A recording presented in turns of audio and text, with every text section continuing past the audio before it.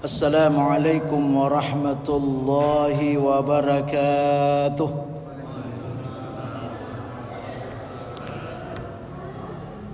Innal hamdalillah wasyukra lillah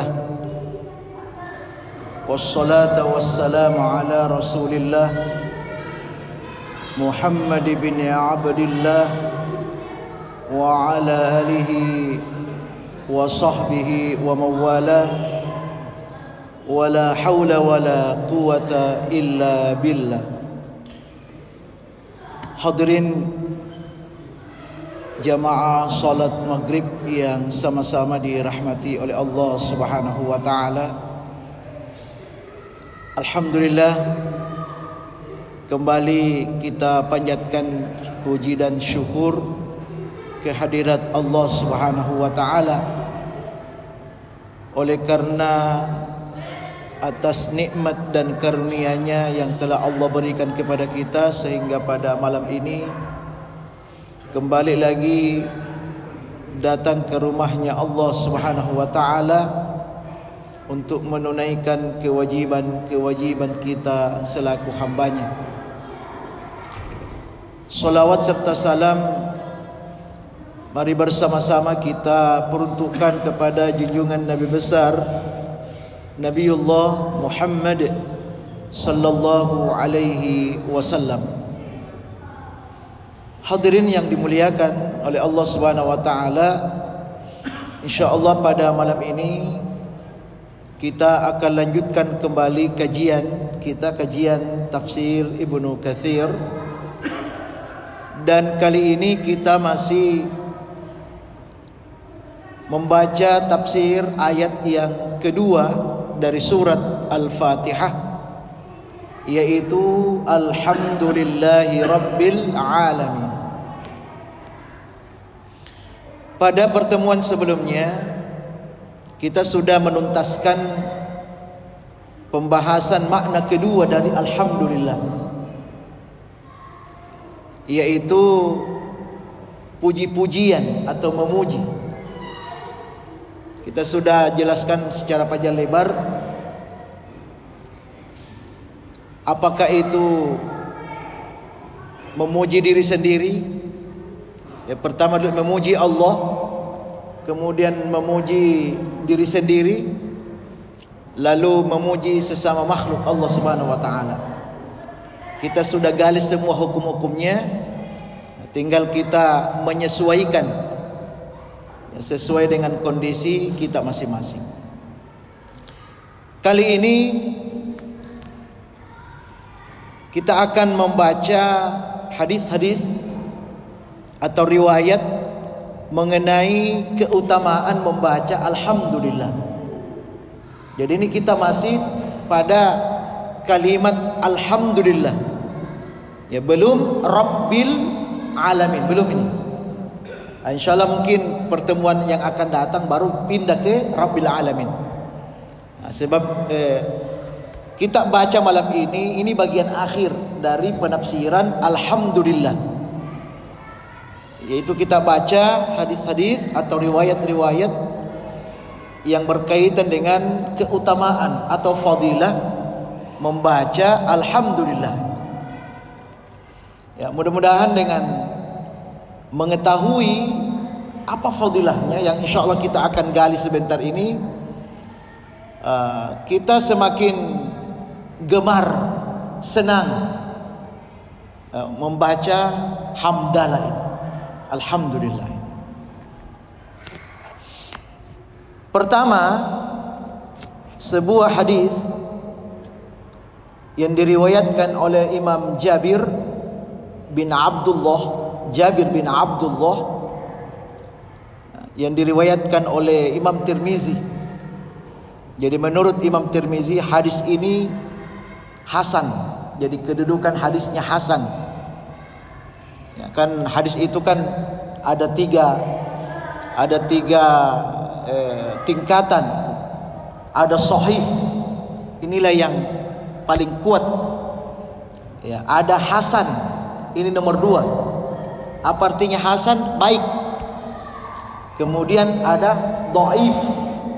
lemah. Jadi sahih, hasan, dhaif. Sahih inilah yang sah, ya. Maksudnya sah di sini dapat dijadikan sebagai sandaran atau dalil hukum. Itu kekuatan hadis sahih. Sementara hadis hasan itu harus ada dukungan. Jadi kalau sendiri itu belum, harus ada dukungan dari hadis-hadis yang lain yang semakna. Nah, sehingga dia menjadi kuat, sehingga bisa menjadi dalil. Tapi kalau hadis dhaif itu selama-lamanya tidak bisa dijadikan sebagai dalil hukum, terkait dengan hukum, memutuskan hukum. Tapi hadis dhaif ini bisa kita amalkan. Itulah bedanya, Pak. Jadi ketika disebutkan ini hadis dhaif, jangan langsung kita celah, itu dhaif hadisnya, itu tidak perlu kita amalkan, itu enggak. Hadis dhaif pun hukumnya boleh kita amalkan. Ya, boleh itu. Termasuk doa bulan Rajab. Allahumma barik lana fi Rajab wa Sya'ban wa ballighna Ramadan. Ini hadisnya dhaif, riwayat Ahmad. Tapi kata ulama bisa diamalkan.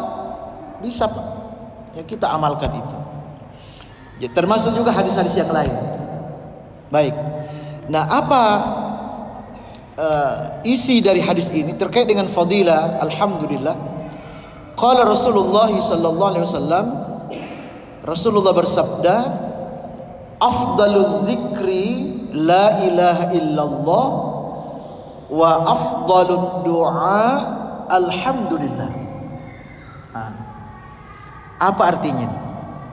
Kata Nabi, zikir yang paling utama, saya ulangi, zikir yang paling utama yaitu la ilaha illallah. Itu yang paling afdal, Pak. Jadi kalau kita mau zikir yang utama itu, zikirkanlah la ilaha illallah. Inilah kita perbanyak. Sekaligus ini kalimat tauhid. Ya. Bahkan Rasulullah SAW mengingatkan kepada kita ini, jaddidu imanakum bila ilaha illallah. Perbaharui terus imanmu dengan mengucapkan la ilaha illallah. Jadi bagus, Pak, kita rutinkan ini. Jangan sampai dalam sehari semalam kita lalai mengucapkan ini. Ya, kita harus punya target untuk merutinkan, membiasakan, merutinkan membaca la ilaha illallah, la ilaha illallah, la ilaha illallah. Rutinkan setiap hari.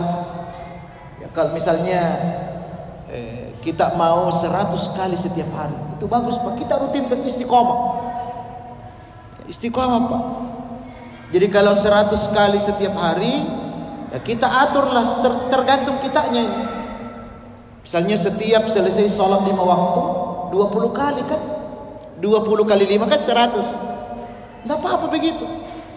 Ya makanya biasa, mungkin kita pernah dapatkan ya, pernah dapatkan satu masjid itu sebelum berdoa, setelah subhanallah, alhamdulillah, Allahu akbar, sebelum dia berdoa dia zikir dulu.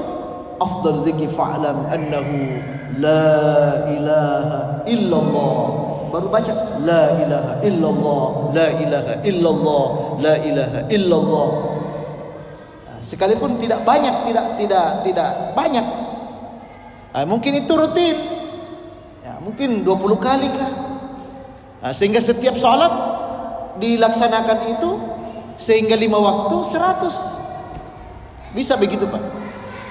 Yang jelas kata Nabi, zikir yang paling utama kalau mau kita berzikir, yang paling utama itu la ilaha illallah. Artinya apa? Sebelum kita zikir yang lain, dahulukan dulu ini. Itu namanya afdal. Ya. Kita dahulukan dulu apa yang disampaikan oleh Nabi. Nah, setelah itu kata Nabi, wa afdhalud du'a alhamdulillah. Dan doa yang paling utama yaitu alhamdulillah. Jadi alhamdulillah itu ternyata kalimat doa. Kalimat doa, Pak. Bahkan Nabi sendiri yang jelaskan ini afdhalud doa. Doa yang paling utama. Oleh karena itu setiap kali kita berdoa mesti ada ini. Mesti ada itu. Ya, kata ulama bahkan disebutkan juga dalam hadis. Ya. Sebelum kita minta sama Allah. Jadi sebelum minta sama Allah, sebelum masuk konten doanya, isi doanya, awali dulu dengan dua ini. Apa itu? Hamdalah dengan salawat. Ya, jadi sebelum kita berdoa kan Bismillahirrahmanirrahim. Alhamdulillahirabbil alamin. Ya kan begitu? Allahumma shalli ala sayyidina Muhammad wa ala ali sayyidina. Selalu Pak di awal ini. Oh, ternyata ya, kalau ditanya itu apa hikmahnya itu? Apa hikmahnya setiap kali kita berdoa kita awali alhamdulillah? Hikmahnya ternyata ini jawabannya ini. Karena alhamdulillah itu adalah doa yang paling utama. Maksudnya kalau doa yang paling utama sebelum minta dahulukan dulu itu baca. Dahulukan dulu karena itu yang paling utama. Subhanallah. Ini pelajaran dasar ini. Tapi kan banyak orang tidak paham, Pak. Jadi artinya begini. Sekarang ini kita berdoa semakin yakin, Pak, ya. Kita sekarang semakin yakin dalam berdoa sekarang. Selama ini mungkin kita alhamdulillah biasa-biasa aja itu. Sekarang ini kita sudah tahu rahasianya. Kita sudah paham rahasianya ini. Bahwa ternyata kita memulai kita memulai berdoa dengan mengucapkan alhamdulillah karena memang Nabi katakan alhamdulillah itu adalah doa yang paling utama. Berarti kita bisa semakin khusyuk dalam berdoa. Kita bisa khusyuk dalam berdoa itu. Ini hadis pertama. Kemudian hadis yang kedua diriwayatkan oleh Imam Ibnu Majah. Kalau tadi itu Tirmizi. Sekarang Imam Ibnu Majah. Hadis riwayat Imam Ibnu Majah dari Anas bin Malik. Dari Anas bin Malik radhiyallahu anhu qala, ia berkata qala Rasulullah sallallahu alaihi wasallam, bahwasanya Rasulullah sallallahu alaihi wasallam bersabda, apa kata Nabi? Ma an'ama Allahu ala 'abdi ni'matan, Allah tidak memberikan satu nikmat kepada seorang hamba. Faqala, lalu dia berkata, membaca alhamdulillah. Maksudnya ketika seorang hamba itu dapat nikmat dari Allah, lalu dia ucapkan alhamdulillah, dia ucapkan itu, illa kana alladhi u'tiya afdalu mimma ukhidha, kecuali apa yang diberikannya lebih afdal dari apa yang ia terima.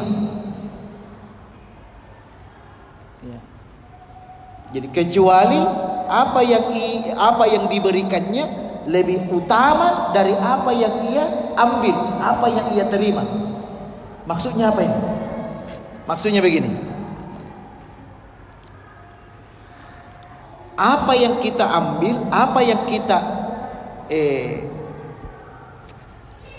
diberikan, apa yang kita berikan dan apa yang kita ambil.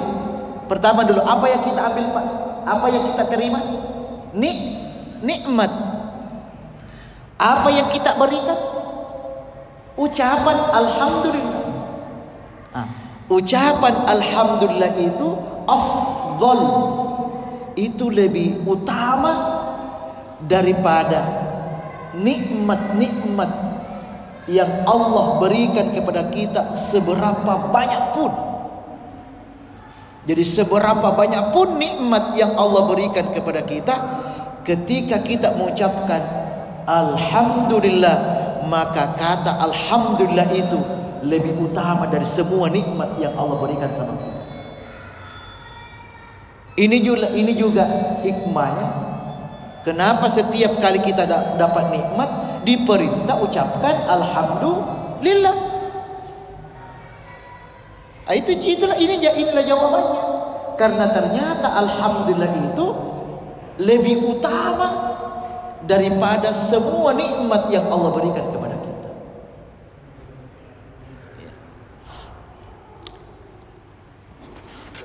Oleh karena itu, janganlah berhenti mengucapkan alhamdulillah. Jadi kita tidak perlu membaca kita tidak perlu membuang waktu begitu saja tanpa alhamdulillah. Kita harus selalu alhamdulillah. Kenapa harus selalu alhamdulillah? Karena nikmat Allah tidak pernah berhenti kita rasakan. Tidak pernah Allah menghentikan nikmat itu kepada kita, tidak pernah. Maka sejatinya, seyogianya kita juga jangan juga berhenti membaca alhamdulillah. Karena alhamdulillah itu lebih afdal, lebih utama daripada nikmat-nikmat yang Allah berikan kepada kita. Ya, jadi mari terus setiap saat, setiap waktu. Nanti kita kuatkan riwayat yang lain. Ini banyak dan menarik kita nanti pelajari. Kemudian hadis yang ketiga. Ini dikutip dalam tafsir Al-Qurtubi. Di situ ada hadis dari Anas. Ini sahabat dekatnya Nabi ini. Dari Anas bin Malik anin Nabi sallallahu alaihi wasallam, dari Nabi sallallahu alaihi wasallam qala: "Law anna ad-dunya bihadafiriha fi yadi rajulin min ummati thumma qala alhamdulillah kana alhamdulillah afdal min dzalik." Ini menguatkan tadi hadis yang kedua ini, yang tadi kita sudah baca itu. Seandainya dunia dan isinya, ini kata Nabi, seandainya dunia dan isinya itu ada di tangan seseorang, dunia dan isinya ada di tangan seseorang dari umatku, kata Nabi, summa qala alhamdulillah, lalu dia membaca alhamdulillah, kana alhamdulillah afdal min dzalik, maka alhamdulillah itu, ucapan alhamdulillahnya itu afdal min dzalik, itu lebih utama daripada nikmat dunia dan isinya. Subhanallah. Ini sudah bicara dunia dan isinya. Ternyata ketika misalnya kita sudah ada di tangan kita dunia dan isinya ini, sudah ada di tangan kita ini, kita sudah punya segala-galanya. Tapi kata Nabi, ternyata mengucapkan alhamdulillah masih jauh lebih utama dari apa yang ada di tangan kita itu. Luar biasa, alhamdulillah itu.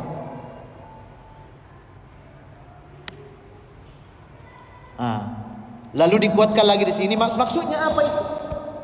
Ya, kenapa dikatakan alhamdulillah itu jauh lebih utama, lebih afdal daripada dunia seisinya? Di sini dijawab, li'anna thawaba alhamdulillah, karena pahala membaca alhamdulillah itu pahalanya, Pak. Karena pahala membaca alhamdulillah itu la yufna, itu tidak akan pernah hilang, tidak akan pernah habis, tidak pernah habis, Pak. Jadi pahala ucapan alhamdulillah yang kita ucapkan ini itu tidak akan pernah habis. Wa na'imud dunya la yabqa, sementara kenikmatan dunia dan isinya itu la yabqa, tidak ada yang kekal abadi. Ya, makanya dikatakan alhamdulillah itu jauh lebih hebat daripada dunia seisinya. Kenapa? Karena alhamdulillah itu sampai di akhirat. Karena pahala itu kita bawa sampai di akhirat. Sementara dunia tidak kekal. Ya. Tidak akan kekal. Kita akan tinggalkan semua. Kita tinggalkan semua. Hadirin yang dimuliakan oleh Allah Subhanahu wa taala. Ini hadis ketiga. Kemudian hadis yang keempat, terkait dengan pahala tadi. Tadi kan disinggung pahala. Sebuah hadis yang diriwayatkan oleh Imam Ahmad. Ya, Rasulullah bersabda, Inna Allah Azza wa Jalla, sesungguhnya Allah Azza wa Jalla istafa minal kalami arba'an, memilih 4 kalimat. Jadi di sekian banyak kalimat-kalimat thayyibah, ada 4 pilihannya Allah ini. Ya, ada 4 pilihannya Allah. Apa itu? Subhanallah, walhamdulillah, wa la ilaha illallah, wallahu akbar. Jadi 4. Jadi ternyata kalimat tasbih ini kan terkenal, kalimat tasbih kan. Ternyata kalimat tasbih yang selama ini kita baca itu ternyata adalah pilihannya Allah itu. Itu pilihan Allah. Allah sendiri pilih itu kalimat. Dari sekian banyak kalimat thayyibah, Allah hanya pilih 4. Subhanallah, alhamdulillah, la ilaha illallah, Allahu akbar. 4. Lalu disebutkanlah, wa man qala subhanallah, siapa yang membaca subhanallah, ini subhanallah dulu nih, kutibat lahu biha 20 hasanah, maka dicatat baginya 20 kebaikan. Jadi kalau kita baca Pak subhanallah, kita dapat 20 kebaikan. Wa hutta anhu 20 sayyi'ah, dan Allah menghapus 20 kejelekan kita. Jadi Allah hapus. Itu kalau kita baca subhanallah, 20 kebaikan kita dapat, 20 kejelekan Allah hapus. Subhanallah. Wa man qala Allahu akbar, kata Nabi, siapa yang baca Allahu akbar, famithlu dzalik, maka pahalanya sama juga itu. Dapat 20 kebaikan dan 20 kejelekannya dihapus oleh Allah. Wa man qala la ilaha illallah, sementara kalau kita baca la ilaha illallah, famithlu dzalik, pahalanya juga sama dengan yang di atas itu. Dapat 20 kebaikan dan dapat penghapusan kejelekan 20. Wa man qala alhamdulillah. Sekarang ini, Siapa yang baca alhamdulillah, ya, min qibali nafsi, ya, itu dari hatinya. Jadi dia ucapkan alhamdulillah itu penuh dengan keikhlasan itu. Dari dalam hatinya, dari lubuk hatinya itu. Apa yang diperoleh? Kutiba lahu biha salasuna hasanah. Maka Allah catat baginya, dia akan mendapatkan 30 kebaikan. Tadi 20, sedangkan alhamdulillah itu lebih 10, berarti dapat 30 kebaikan. Wa hutta anhu biya salasuna sayyi'ah, demikian pula juga kejelekannya dihapus 30. Luar biasa, Pak. Ya. Ini baru masing-masing satu kali dibaca. Bagaimana kalau kita baca 10 kali? Berapa dapat kebaikan? Dapat 300. Baru 10 kali. Bagaimana kalau kita rutin baca alhamdulillah, alhamdulillah, alhamdulillah 100 kali? Berapa kebaikan? Berapa, Pak? 3.000 kebaikan kita peroleh. Dan 3.000 kesalahan dihapus. Ingat ya, bukan hanya kebaikan, tapi kesalahan kita. Ya Allah, inilah maha murahnya Allah. Ya Allah, luar biasa. Ya. Kenapa begitu murah Allah itu? Karena Allah tahu kita ini penuh dengan kejelekan, kita ini penuh dengan kesalahan. Maka Allah buka keran untuk bisa kita tebus kesalahan itu. Dengan cara apa? Salah satu di antaranya ini, baca alhamdulillah 100 kali saja sudah 3.000 kebaikan kita dapat, 3.000 kesalahan Allah hapus. Ya.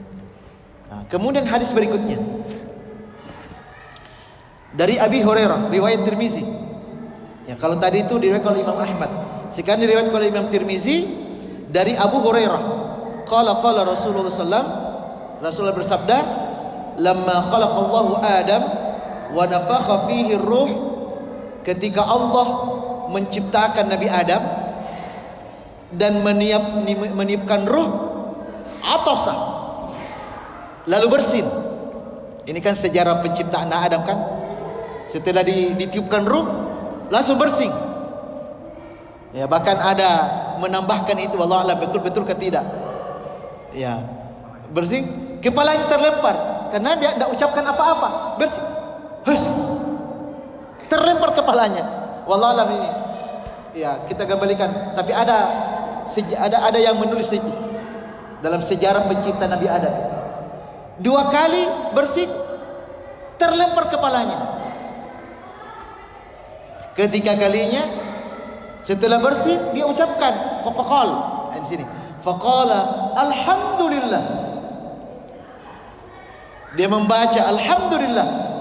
Dalam sejarah tadi itu sudah tidak terlempar lagi kepalanya. Tapi di sini tidak disebutkan ini langit. Kalau riwayat di sini, ketika Nabi Adam diciptakan dan ditiupkan ruh, lalu dia bersin, faqala alhamdulillah, lalu dia ucapkan alhamdulillah, fahamidallaha biizni, berarti dia memuji Allah atas izinnya.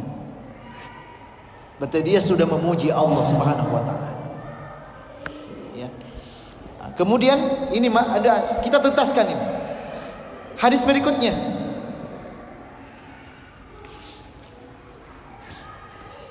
Hadis termasuk hadis sahih. Afdalu ibadallahi ta'ala yaumal qiyamah al-hammadun. Sebaik-baik hamba Allah pada hari kiamat, seutama-utama hamba Allah yang paling utama pada hari kiamat. Siapa hamba Allah yang paling utama, Pak?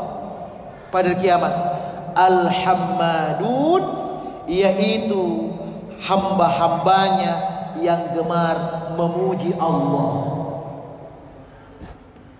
yaitu mengucapkan alhamdulillah. Setiap saat waktu dia memuji Allah. Ingat sekali lagi, setiap saat, setiap waktu kita puji Allah. Ya, kenapa? Karena ya ada hadis yang lain dikatakan begini.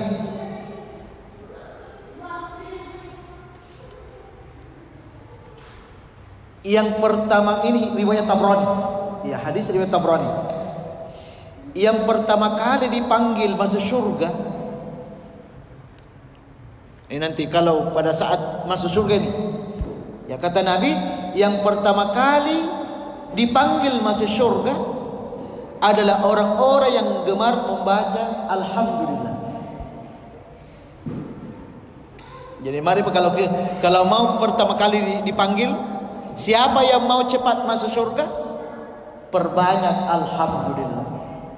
Jadi orang-orang yang gemar membaca alhamdulillah dalam kondisi lapang maupun sempit, dalam kondisi senang maupun susah, dalam kondisi sehat maupun sakit.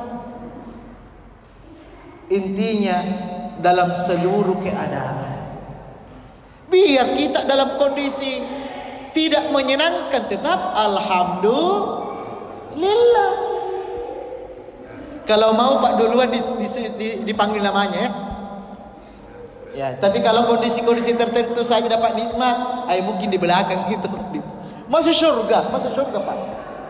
Ya, karena ada hadisnya yang begini. Karena ada hadis, bukan hadis, ada Imam Al-Khabbab pernah berkata begini. Itu alhamdulillah memiliki huruf 8 Pak. Coba dihitung. Alhamdulillah, lillah 3. Ya dah? Itu yang kalau ditulis kata imam beliau. Alhamdulillah itu memiliki 8 huruf. Itu sama dengan surga memiliki 8 pintu. Ya. Siapa yang gemar membaca alhamdulillah, maka dibukakan 8 pintu surga. Yang gemar itu bukan waktu tertentu alhamdulillah. Dalam kondisi lapang alhamdulillah, dalam kondisi sempit alhamdulillah, dalam kondisi mudah alhamdulillah, dalam kondisi sulit alhamdulillah. Dia nanti akan dibukakan 8 pintu surga di surga. Terserah mau masuk di pintu mana. Sudah dipanggil duluan masuk surga, disuruh kamu duluan masuk, silakan pilih. Subhanallah. Itu karena gemar membaca alhamdulillah.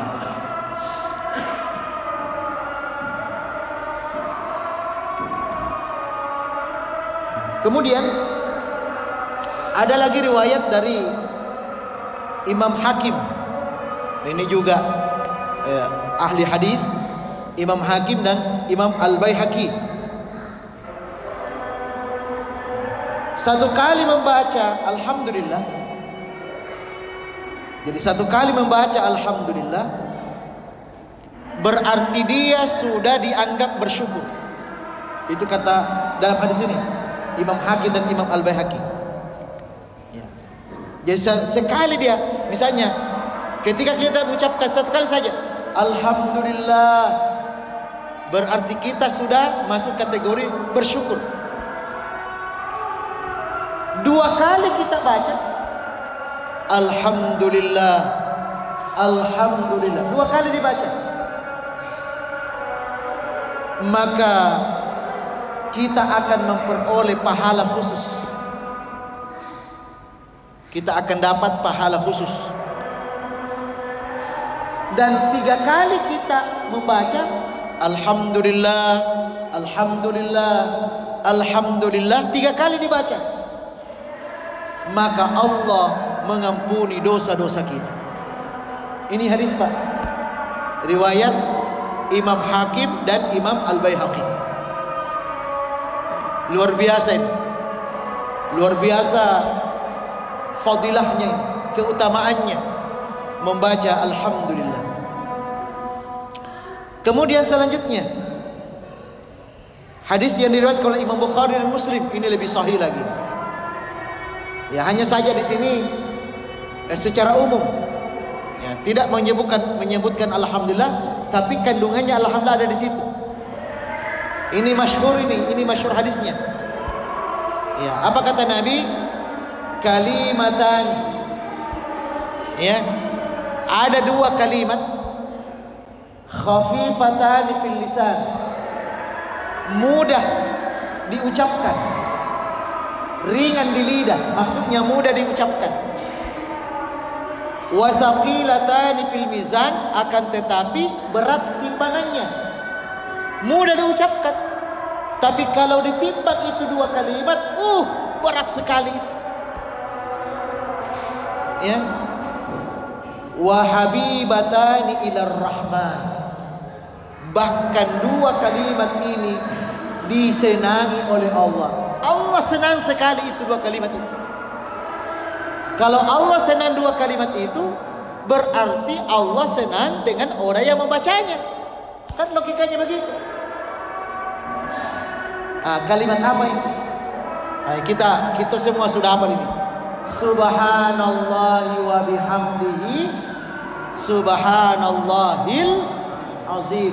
Itu yang kita baca kalau kita tahlil itu. Subhanallahi wa bihamdihi, subhanallahil azim, subhanallahi wa bihamdihi, subhanallahil azim. Sekali saja dibaca itu, berat timbangannya, dan Allah senang sekali dengan kalimat itu, dan Allah senang dengan orang yang mengucapkan itu. Subhanallah wa bihamdi, subhanallahil azim. Nah, di mana di situ alhamdulillah itu, tapi tidak berbentuk alhamdu, yaitu wa bihamdihi. Di situ kandungan alhamdulillahnya di situ. Ya, artinya apa? Ini dapat disebutkan sekalipun tidak berbentuk alhamdulillah, tetapi kalimat itu mengandung puji-pujian kepada Allah, maka sama saja itu. Sama saja. Itu mendapatkan keutamaan-keutamaan dari Allah Subhanahu wa taala. Hadirin yang dimuliakan oleh Allah Subhanahu wa taala, saya kira inilah kajian kita mengenai keutamaan membaca alhamdulillah. Mudah-mudahan ini bisa membuat kita lebih termotivasi untuk menzikirkan alhamdulillah ini, ya, setiap saat, setiap waktu, tanpa mengenal kondisi, ya, sehingga apa yang tadi dijanjikan oleh Nabi, insya Allah di dunia kita dapatkan, dan di akhirat pasti kita akan peroleh itu semuanya, insya Allah. Demikian, dan pada pertemuan berikutnya kita pindah tafsir Rabbil Alamin. Jadi kita pelan-pelan saja, yang penting kita paham, ya, insya Allah. Demikian, mari kita tutup dengan sama-sama baca doa kafaratul majlis. Subhanakallahumma wa bihamdika, asyhadu an la ilaha illa anta, astaghfiruka wa atubu ilaik. Wabillahi taufiq wad da'wati wal irsyad. Wassalamu alaikum warahmatullahi wabarakatuh.